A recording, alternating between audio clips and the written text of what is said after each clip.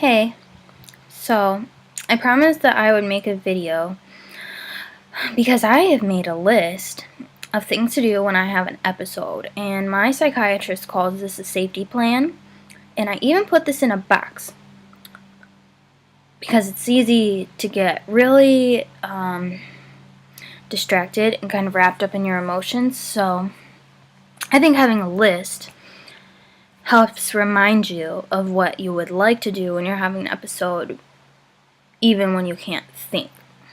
Because I know when I'm having an episode, I don't think. I'm just a mess. So,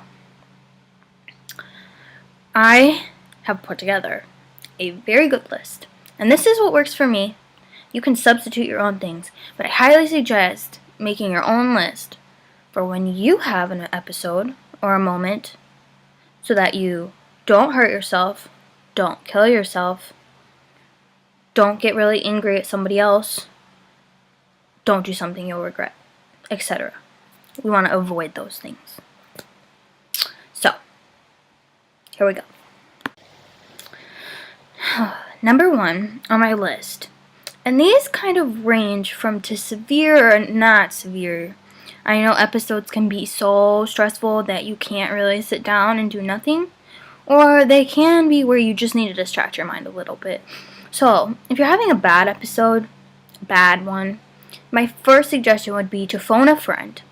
Because I know that when I phone a friend, even if I don't tell them exactly what's going on, just having a conversation not only gets my mind off the problem, but it also calms me down to the point where I can get to those lower activities of being able to just be distracted. So make a list of who you could call to talk to in case of emergency. Second of all, my favorite thing to do when I'm having a really bad episode is to take a shower, bathe. Not because I'm dirty, but I think you can just wash off stress. Because I know when I take a shower and I just let the water run over me, make sure my hair smells good, wash my face, just kind of chill in the shower for a little bit. When I get out, it feels like I'm just clean of it all. And it relaxes me.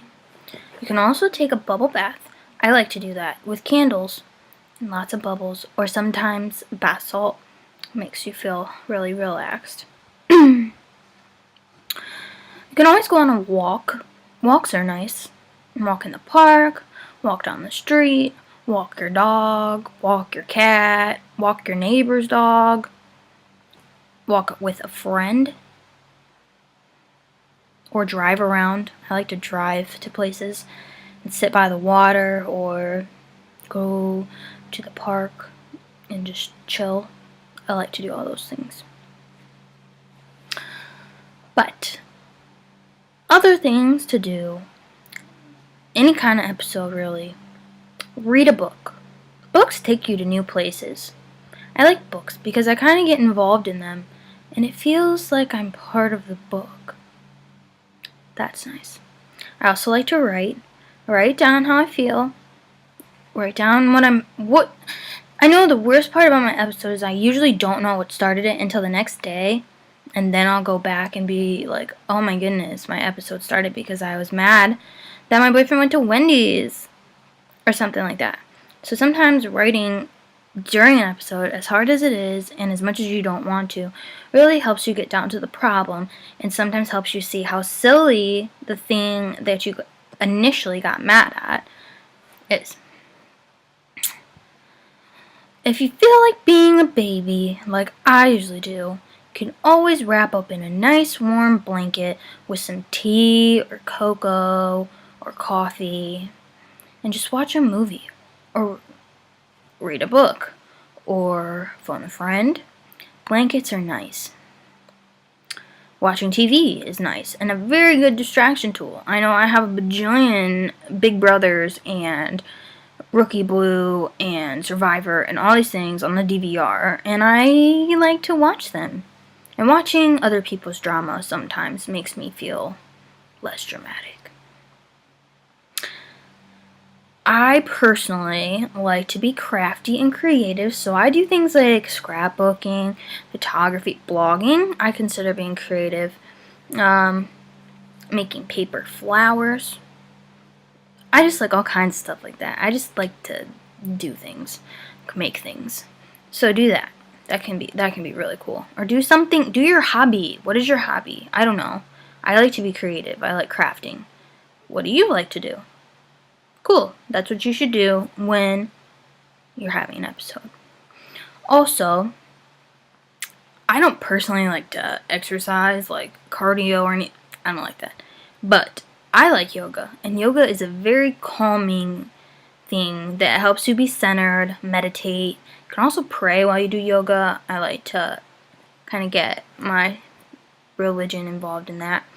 But yoga is a very good tool, and you can find apps on the App Store that you can get on your iPad or a tablet or whatever, computer, that help you through, so you don't have to just make it up yourself.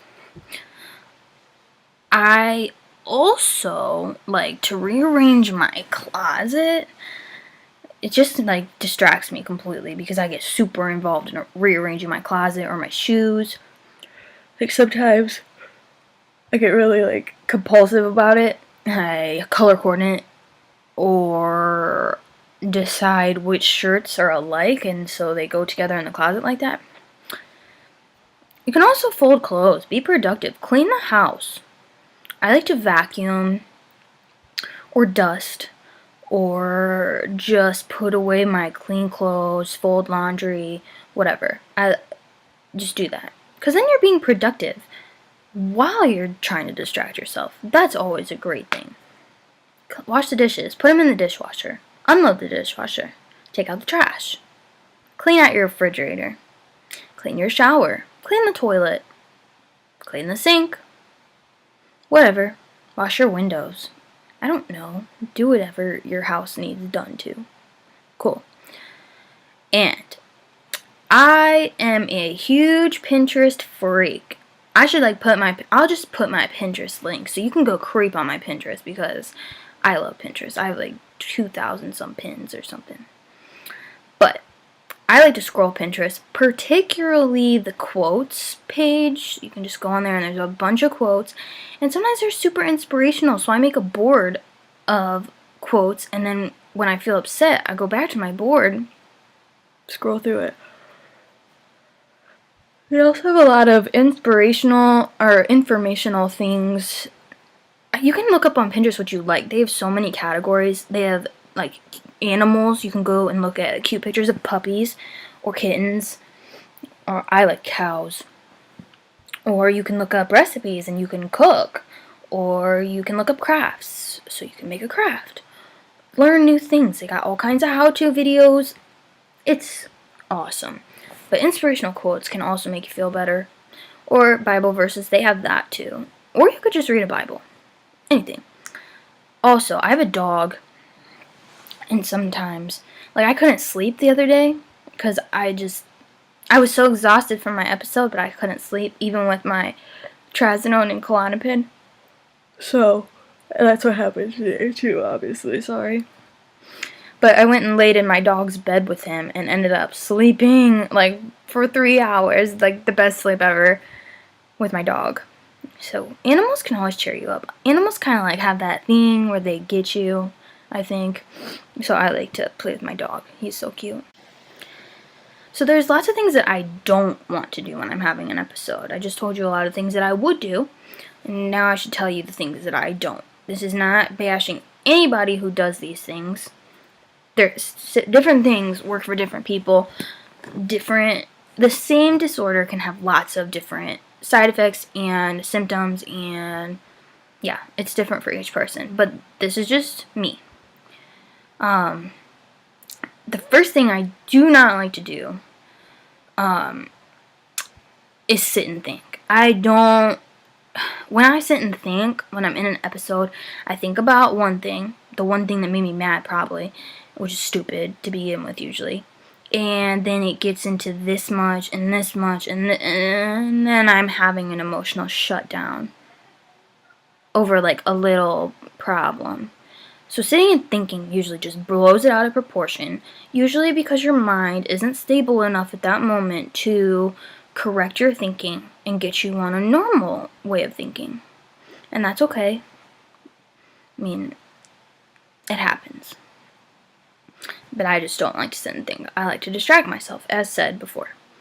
Also, I avoid gas stations and drive-thrus because I don't I like to smoke Black and Milds if I am smoking tobacco. I've also resorted to drugs. Either way, I don't want to be anywhere near any of that kind of stuff because starting a stress-related habit is not a good idea.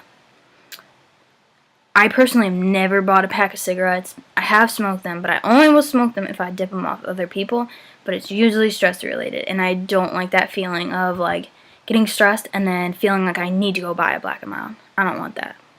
Also, I don't suggest drinking because stress-related drinking, I feel like just kind of gets you out of the mood, but it's just all alcohol-induced.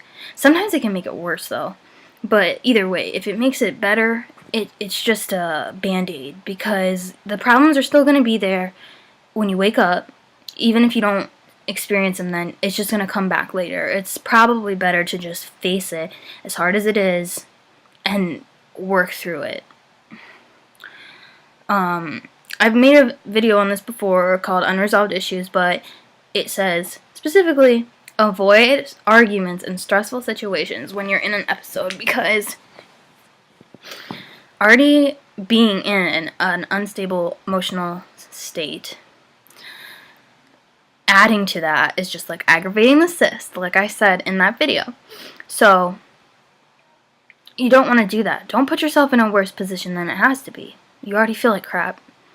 Don't put extra crap into your brain. And sometimes I get really worked up and I become like aggressive and get really aggressive thoughts, like want to punch things, push things, punch people, and that's really hard because then you have to try and talk yourself out of it and get yourself to a better state. So I would try to make sure you do not allow yourself to feel aggressive or control that or walk away. And last, and this is for if you have suicidal or self-mutilation tendencies like I do, I like to avoid sharp objects, razors, razor blades, scalpels, box cutters, anything in the kitchen drawer, all that stuff. You know what I'm talking about. Because, and this might sound very stupid to somebody who doesn't have these tendencies or doesn't even have a mental illness, but it is extremely difficult to look at these objects sometimes and not do anything with them. So, also, don't go shopping. If you have borderline and you're really impulsive, I like to buy stuff, like, it makes me feel better. Well, guess what? When you get that credit card bill or you watch that depletion of your debit card account, it does not make you feel better. And buyer's remorse is a terrible thing. When you get to the next day and you're like, oh my god, why did I buy all this stuff? Yeah, well, don't go shopping. It doesn't help. Retail therapy is not a real thing. It's not. So those are just a few suggestions. I would love to hear your suggestions. What do you do when you're having an episode? What makes you feel better? Or do you do any of the things that I do? Cool, we could talk about it. So, hit me up, comments, email, whatever it is, and we can chat. But I hope, in case of an episode, ICE, this could be in case of emergency, but in case of an episode, I hope you can resort to your own list and make yourself feel better. Because that's what we're trying to do. Feel better. So, have a great day, and I will see you later.